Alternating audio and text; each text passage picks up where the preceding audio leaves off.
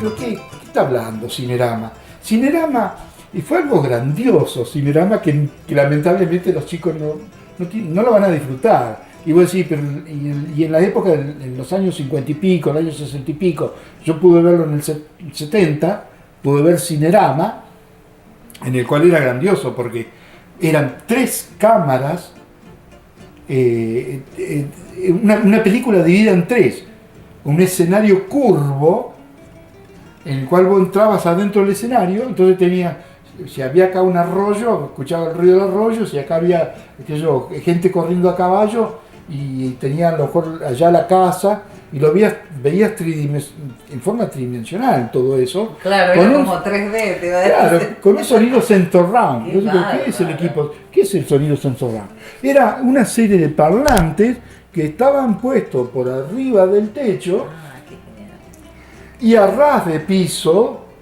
Entonces, ponele, venía un avión, ¿viste? Vos veías a la gente de acá con los carritos, veías para acá la parte de lo que era la terminal, ¿cierto? Y el avión a lo mejor carreteando, y de pronto vos ibas en el avión carreteando, pero el avión por ahí venía de frente, ¿cierto? Decía, y claro, como vos estabas metido adentro, esa sensación te metía adentro de la película, y el avión hacía, ¿viste? Claro, el sonido lo tenías claro, te metías debajo de la butaca, porque el avión se te venía encima, con las alas hasta acá, ¿cierto? Porque uno tiene una vista objetiva y panorámica. Entonces, al cubrirte toda la vista panorámica, veías que el avión y el sonido terminaba por allá atrás, ¿viste? Claro. Y el sensor round, que era otro efecto que había, que te metían presión de sonido por debajo de los pies con grave, ¿no? Entonces se movía la butaca. Claro, era una cosa impresionante. Y los efectos que... Bueno, fue algo grandioso. Toda esa época, escuchar el sintetizador por primera vez en mi vida, fue algo grandioso. No podía creerlo. Año 1973. El músico Keith Emerson, el grupo Emerson, Lake and Palmer. No podía creerlo yo. No podía creer ese sonido. Tenía un amigo que me decía, escuchá esto, Pilín, es una patada al cerebelo. Una patada al cerebelo, ¿viste? Ya veníamos con un idioma también medio... Esto hablan en código, decía. No era... Porque también eso trae la cultura, la tecnología. Sí, seguro. Yo no puedo hablar, che, pasame el link. Claro. ¿Y cuál es tu mail? Claro, hoy es común, pero en aquellos años...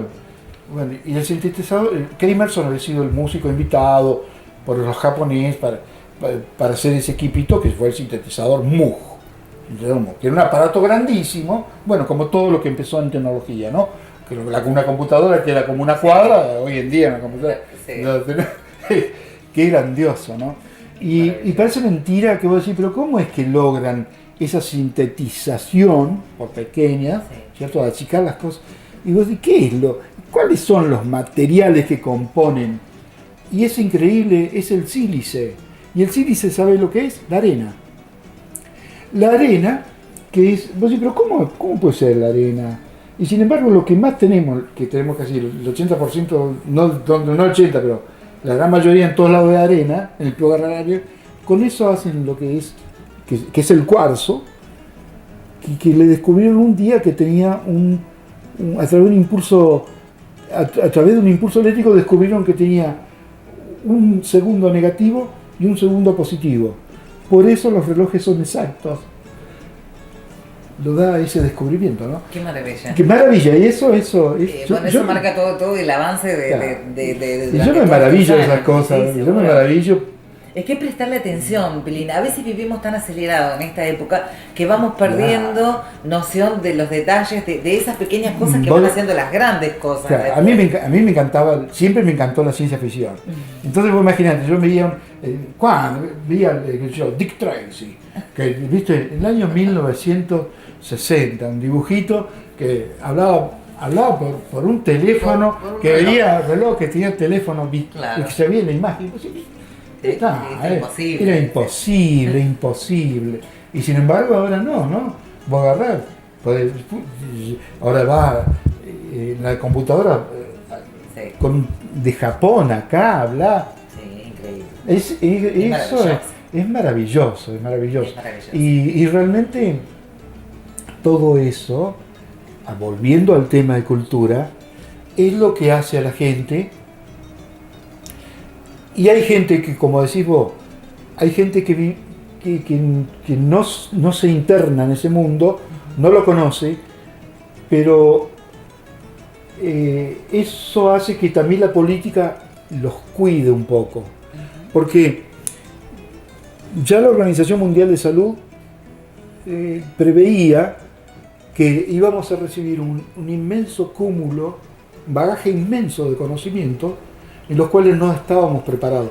Porque vos imaginate lo que es el hecho, en tantos millones de años, o en tantos miles de años que el ser humano está en la Tierra, todos estos últimos avances se dieron ahora en estos, suponer 50, del momento que el hombre empezó a volar. Empezó a descubrir el motor, bueno, todo eso empezó ahora, entonces entonces también el gobierno cuida un poco que todo ese cúmulo y hay quienes lo aprovechan, ¿cierto? Pero ya la Organización Mundial había previsto de que la mayoría de las enfermedades para el 2000 iban a ser del tipo psicológico, ¿cierto? ¿Por qué? Porque evidentemente la introducción de muchísima información y deformación y los intereses creados, ¿cierto? La presión, el estrés y todo lo que genera tanta tecnología también, ¿no? Porque también, a veces, facilita un montón de cosas, pero también por otro lado toda esa información porque que vas acumulando. Claro, no todos los cerebros están preparados para absorber eso, ¿cierto? Bueno, entonces ese es el tema de por allí, que también la salud mental hoy en día es muy importante. Sí, muy importante. Y si estamos bien de acá.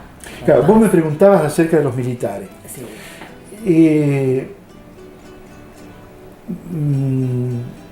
Los militares hacen una apertura cultural.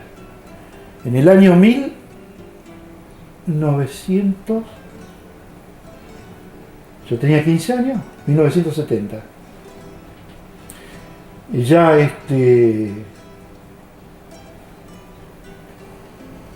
no podían ellos más ocultar el hecho de que el peronismo iba, porque quisieron borrar al peronismo de la historia y no pudieron borrarlo de la historia, ¿cierto? Vos no podías gritar en la calle "Viva Perón", no podías gritar porque estaba penado, inclusive estaba penado por la ley, bueno, porque lo habían sacado de todos lados, bueno, Perón era el demonio. Pero empezaron a haber actividades muy grosas dentro de los movimientos políticos que querían y trabajaban para el retorno de Perón. ¿Cierto? Bueno, allí es toda una historia muy importante por el hecho de que secuestran a Aramburu, al general Aramburu, que había sido el general de facto que había derrocado a Perón en el 55 con el bombardeo.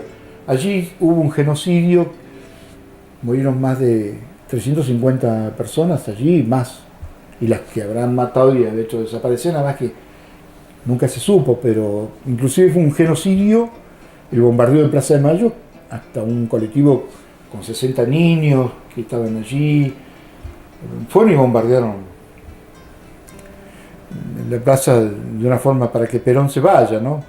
Entonces, allí hubo un genocidio que inclusive no fue juzgado. Entonces allí comienza este grupo, que son los montoneros, con Naval Medina, con todos los que secuestran a Aramburu. No obstante, ellos ya venían haciendo para robos de bancos, todo ese tipo de cosas, con la Rostito. Acá también hubo un hecho Sí. Acá intentaron, acá no alcanzaron a cooptaba luengo de... No hubo un policía Sí, muerto, sí, porque un chico, cuando si entramos alguna vez a la muchacho comisaría joven. vemos un cuadro con la información Furrea, de ese momento. un pibe que había venido a ser un escribiente, ahí y bueno, logran dispararse, pero la forma actual de ellos era así, tomar la comisaría y después ir y tomar el banco, robar el banco. ¿Por qué? Porque eran grupos en los cuales se necesitaban dinero para armarse y para todos sus operativos, que eran operativos en pos de combatir a la dictadura militar. Porque en definitiva, por allí la gente confunde, los terroristas, los terroristas y golpistas eran los militares que habían establecido una dictadura, ellos fueron los que golpearon un gobierno popular, democrático, porque Perón había sido democráticamente elegido, por una gran mayoría. Bueno, eso a la oligarquía le daba cosas, bueno, tenían otros poderes como estos, ¿cierto?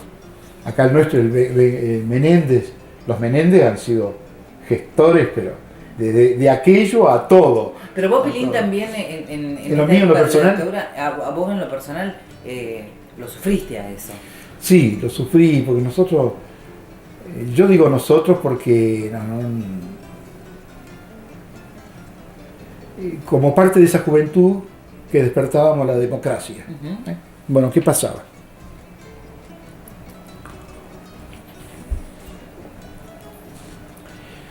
Había toda una efervescencia que era el advenimiento de la democracia. Entonces, todos estábamos entusiasmados con eso. Estaban, las unidades básicas estaban acá en Canals, los comités se volvían a reír. Nosotros tuvimos la suerte, dentro de nuestra escuela, el Instituto Belisario Roldán, tuvimos profesores que nos enseñaban economía política, economía de comercio. Estábamos preparados, ¿no? Habíamos visto filosofías, las economías políticas y los distintos, de todo, habíamos visto lo que eran los liberales, habíamos visto todo eso, lo que eran los distintos tipos de gobierno, nacionalista, socialista, nacionalista, el cooperativismo, el mercantilismo de Colbert, lo que era el socialismo utópico, el socialismo científico. O sea, no era grosso, el flaco Bozana nos daba, cada clase que teníamos con él eran debates, y bueno, y había toda una especie de que se había armado allí que era muy bueno. Paralelamente había en Canals gente de la cultura, muy interesante, en la cual uno podía aprender, escucharlo, se reunían, había debates. O sea, hubo una preocupación. El de Canal en esos años fue un voto serio. Lo que me pasó a mí fue a posterior de todo eso. Más allá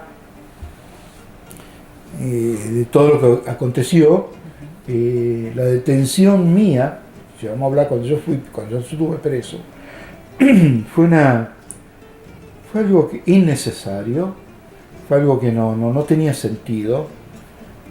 Yo me caigo de la moto, acá en la calle Córdoba, tenía 23 años, y viene un policía, en vez de socorrerme y preguntarme qué te pasó, me mete preso, sí, muy malo, y después va de que van dos pibes a preguntar por mí, pibes que yo los conocía por la radio, porque por la radio yo conocía a todo el mundo, claro.